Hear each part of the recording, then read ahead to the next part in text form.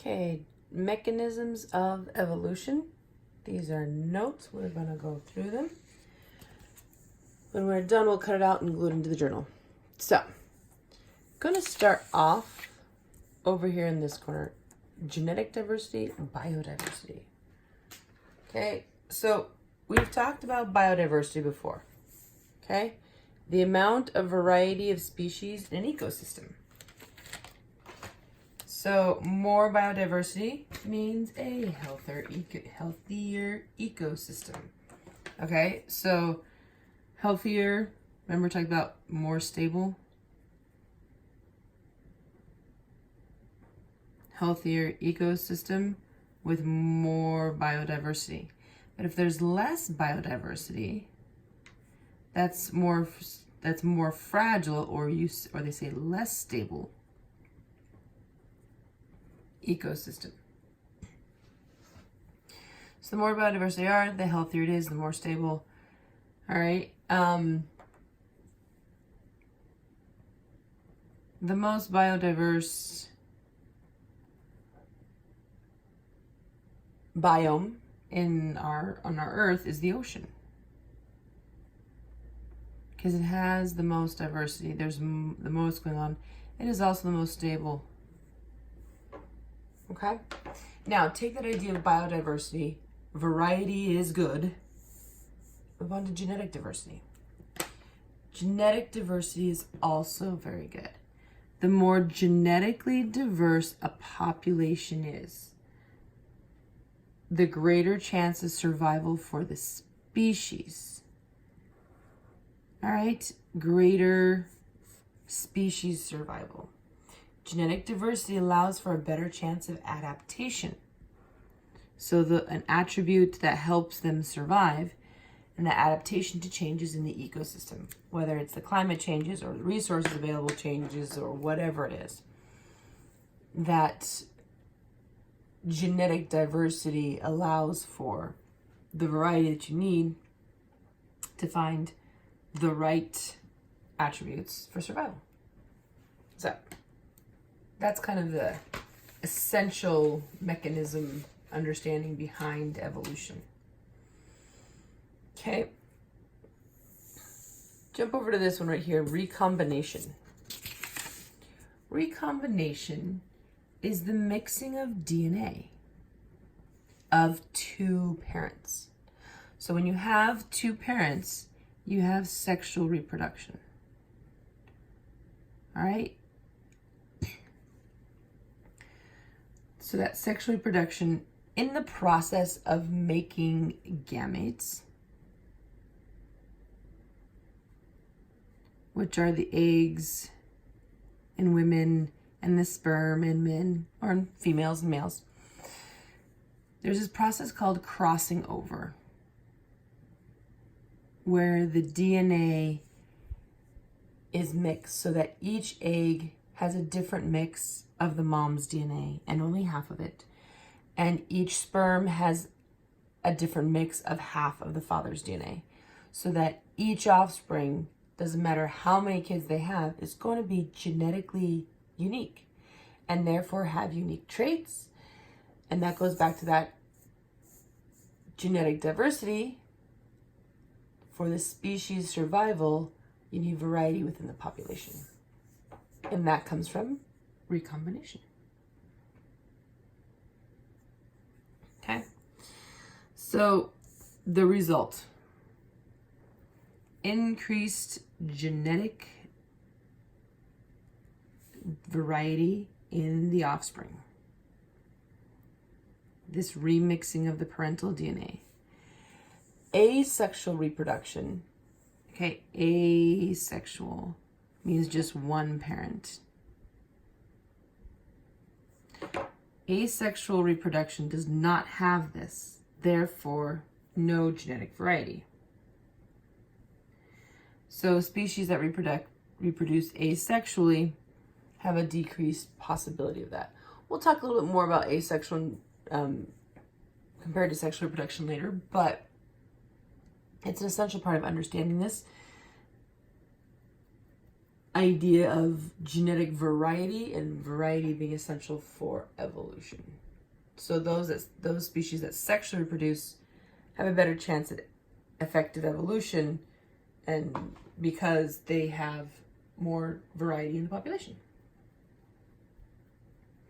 Okay, next I am going to jump all over the place. I apologize, but down to this corner. Species. Species is a unique type of organism. Okay, so hopefully you guys kind of understand like species. So a unique type of organism, hopefully species is kind of clear in your mind, but something that might be helpful is the way to identify if a species is something, if two animals are of the same species. Okay? So you have two animals of the same species, if they can breed means just simply having sex, and produce fertile offspring.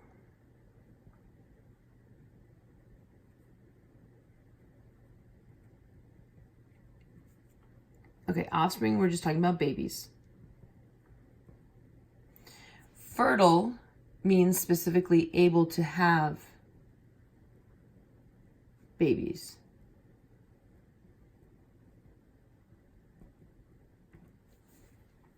Able to have babies. So, examples I give, dog and a coyote, very similar.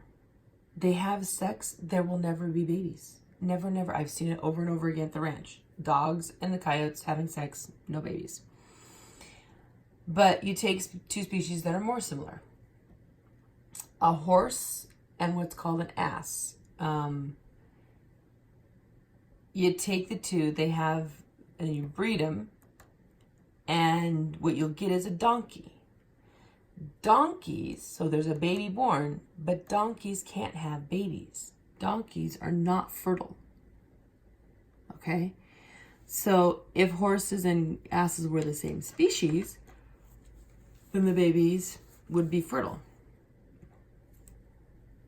So there's kind of your definition for a species. Now, next we're going to talk about speciation. Speciation is a process. So speciation is the process by which a new species is formed. And it's by evolution. So the process by which a new species evolves from an already existing species.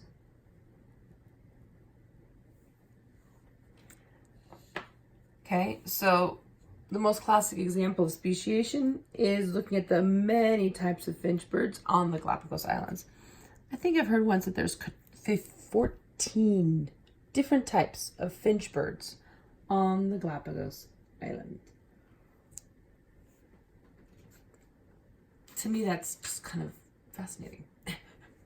Okay? All of these many finch birds on the islands all evolved from one original species of finch.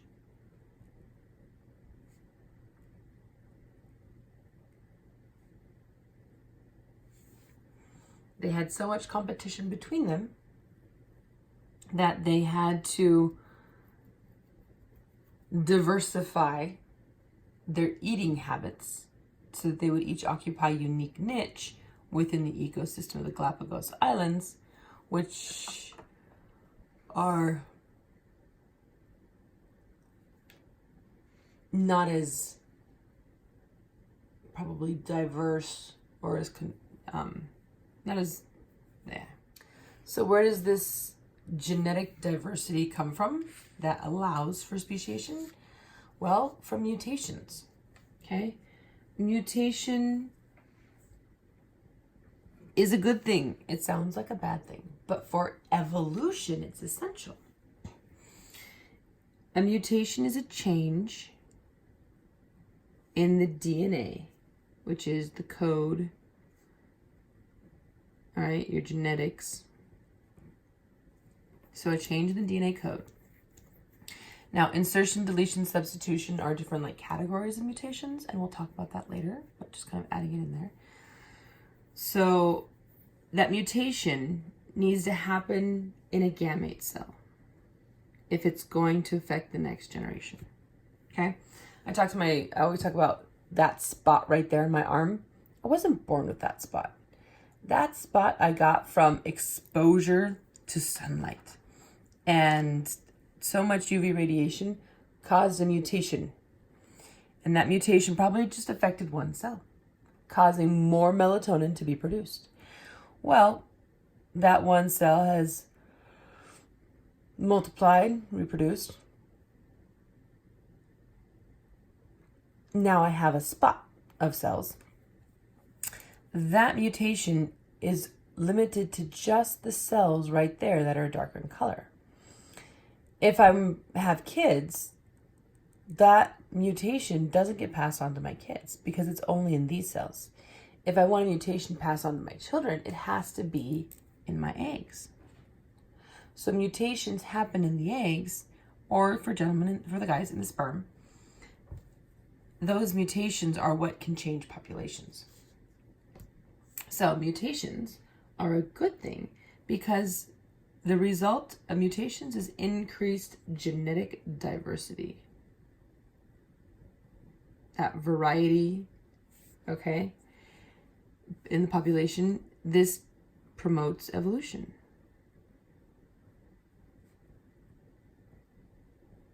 Again, variety is good.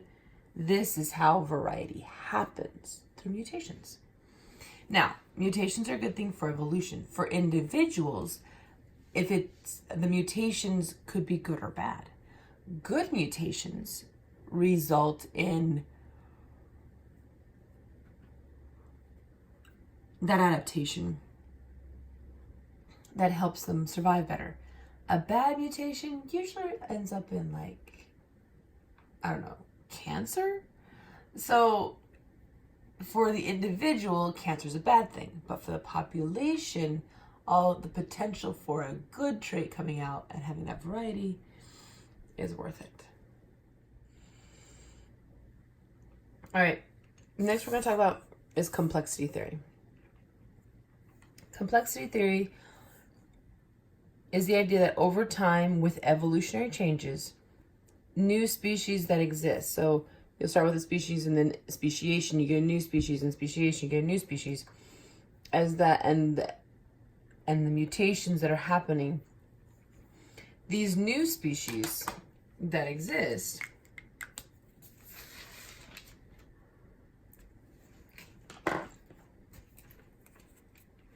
will be more complex.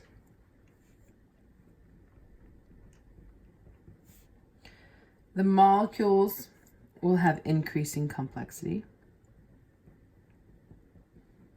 So down on that molecular level, and the species will have more chance to develop adaptations.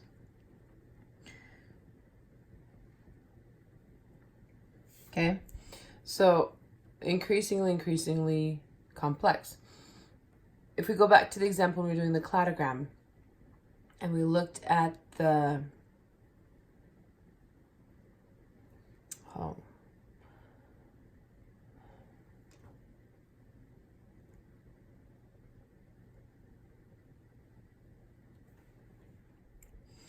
the complexity theory results that the older species are more simple, and the newer, more recent species are more complex. So our newer, more recent species that are more complex, we're on that list. Humans, we're a very recent species. Okay. Actually, all of the apes are fairly recent in evolutionary history. But some of the more simple ones. Okay, so when you go back to that cladogram we were doing,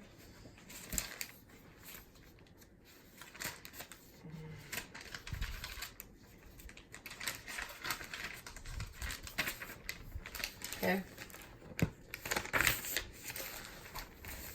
So remember this, build a cladogram. We were doing this. Remember the lamprey? It didn't have jaws, limbs, hair, lungs, doesn't have any of those characteristics. The lamprey is a more simplistic and much, much older species. It evolved a long time ago. Okay, so the lamprey is one of those examples of a simple, older species. All right, last two I'm going to talk about is our gene flow and genetic drift. Genetic drift, we're talking about how some changes occur in a population. Genetic drift is a random change in a population's gene pool. Okay? Caused by some random act of nature. Okay?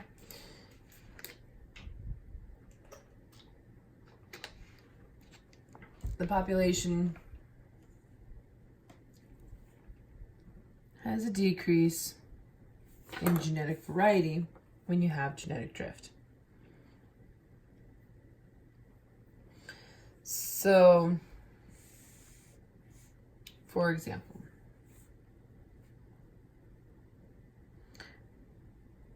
a hurricane, very destructive, especially on island. So we say a hurricane kills 80% of monkeys on an island.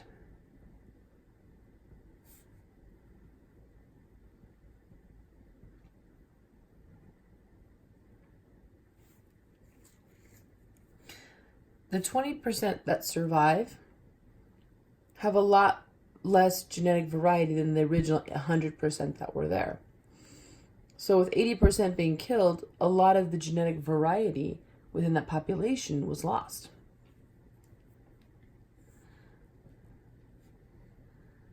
There's survivors, that 20%, repopulate. They basically have babies, recover the population.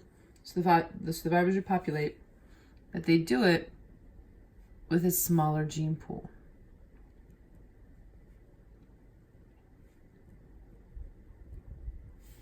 Okay? Less genetic variety is kind of the overall result. Not the best option. Okay? So genetic drift, and it doesn't have to be a hurricane. It can be a forest fire. It can be any number of things. Okay? But it's a random thing. It's not like those who got the food. It's not a survival of the fittest scenario. It's completely random who survived and who died.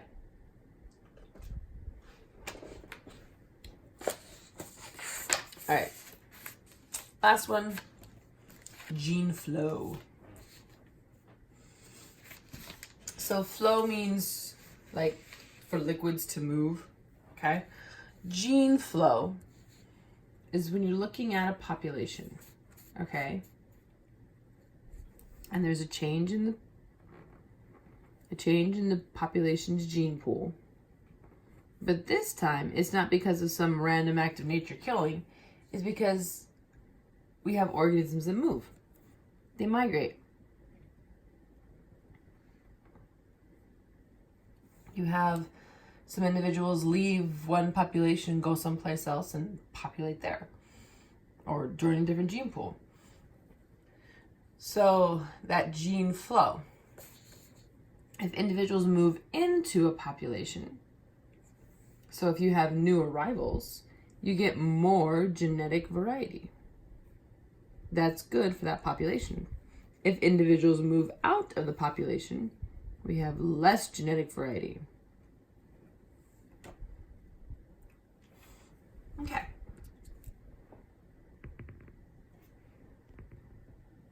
Now, here's kind of like all of the notes formally written.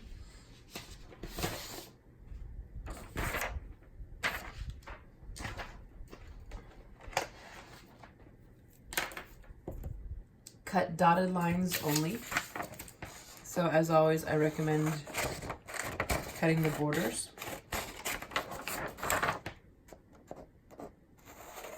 First.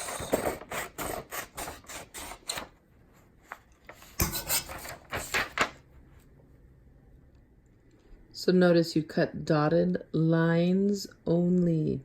Dotted lines only. And then we're going to fold them, each of them on the solid line there. Well, just fold them in half. So we're going to fold each one of those in half. Folding each paper in half. Now once each paper is folded in half, this makes it so it fits better in the journal. There's space. Okay? And each one of those, open up. The word that's large and in bold is the name you're going to put on the front. So like speciation. Speciation. Mutation.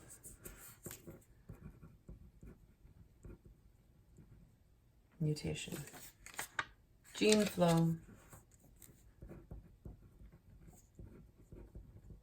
The one exception to the rule is this one, the genetic diversity, the biodiversity. You can write those on the front, but I normally put on the front. Variety is good. Variety is good. Essential theme idea in biology. Variety is good. All right. So make sure you find the right journal page, whatever page number you're supposed to get this journal entry into. And with these cards goes this. These are kind of like the images, essential things to kind of help understand some of these ideas. So this paper is intended to be folded. Okay, we're gonna color on it, so that's why I want it to not be a single piece of paper, front and back. But some vocabulary terminology idea. So I'm going to start here actually in this one. The picture I want you to image in your head. All right. Gene pool.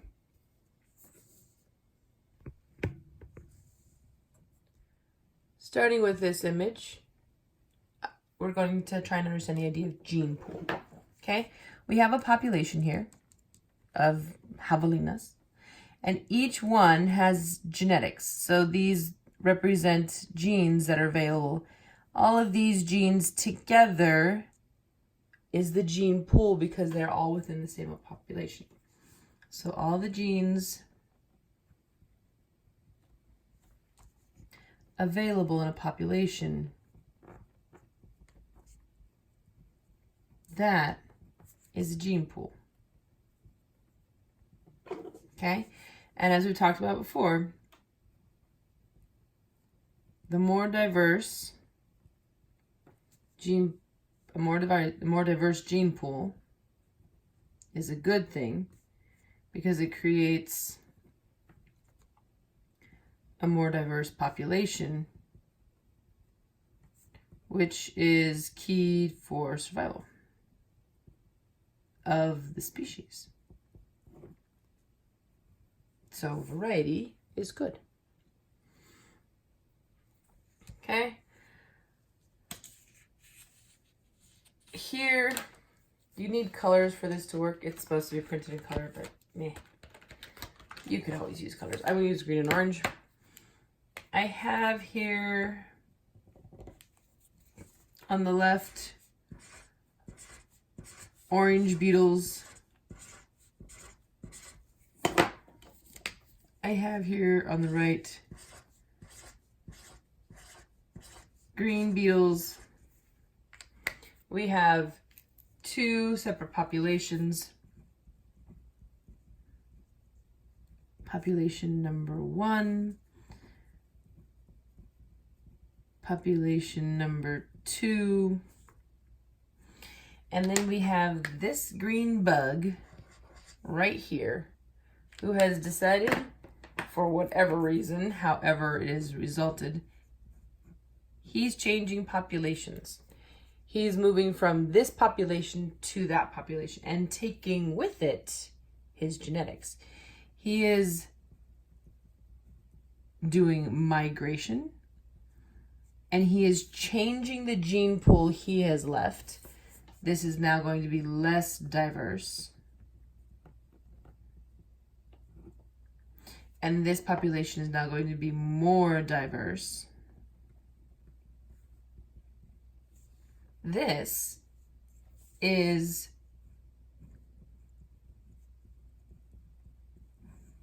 gene flow. When you have movement of species from one population to another, taking its genetics with it, increasing the diversity here, decreasing the diversity here. Gene flow. At the bottom of this page, this is genetic drift. So again, the colors. We've got green beetles,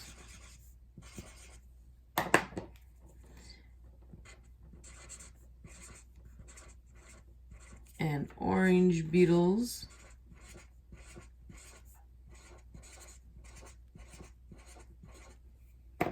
okay?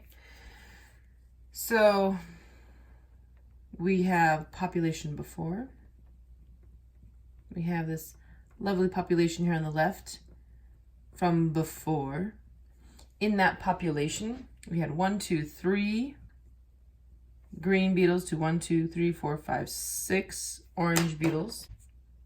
Our population before has 3 green beetles, 6 orange beetles. That's our ratio, a 3 to 6. Then we have some dramatic event, all right? A random change in the population. It's completely random which bugs he stepped on. It's not a matter of selection. It's not a matter about who's fit and more fit and less fit. It was completely random. And then we have the population after the event.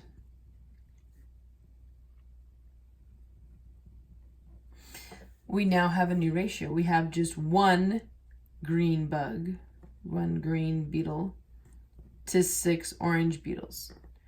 We now have a distinct change in the population ratios and that genetic diversity.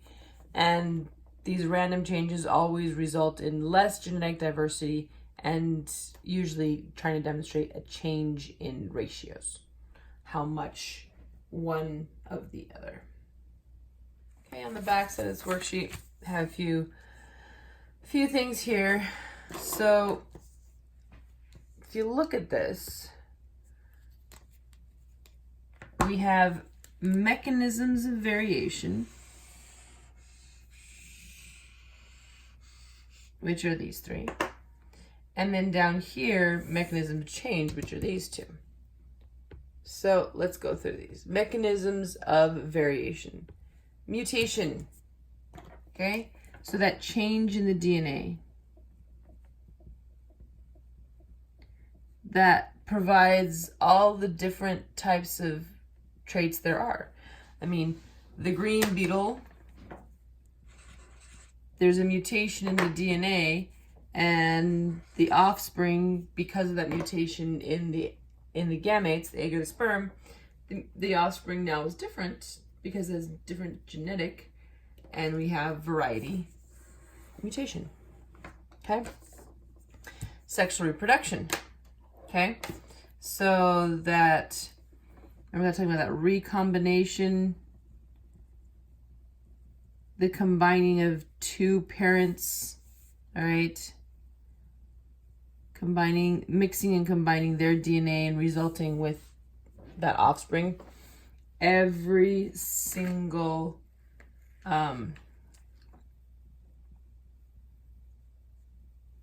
every offspring is unique. Genetic, unique combination, lots of population variety. Okay?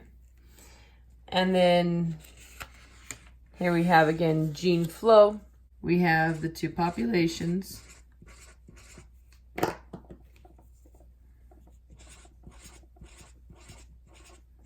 And these populations tend to have that gene pool, they tend to have a lot of genes repeated there.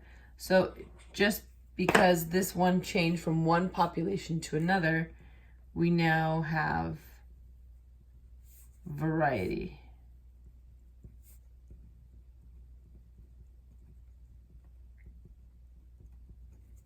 Gene pool tends to have a fairly even mix of those genes. He moves over, he's now providing more variety over here to population number 1 because he moved from population number 2.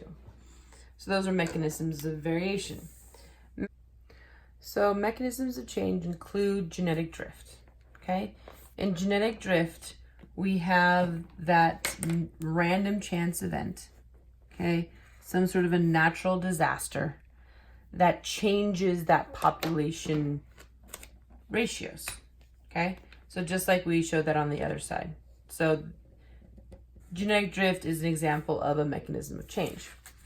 Another mechanism of change is natural selection, okay? So we have the population, orange and green, our predator, our selection pressure prefers the green ones, so he eats the green ones, changing the population overall. So we're talking about that. Competition is an example of this. Survival, so that's survival, the fitness. The orange in this case is the adaptation, the trait that makes you more fit for survival. All of those concepts all together make up natural selection. Okay, so all of the papers for the journal entry, basically we're going to take them all, going to glue them all in. Okay, glue in all the papers, each one of them on whichever page you need to put this in your journal. This paper, put glue down the middle, make sure it's fold half, shove it in. We don't need what was on the inside, so all those notes still visible. And don't forget the title, Mechanisms of Evolution.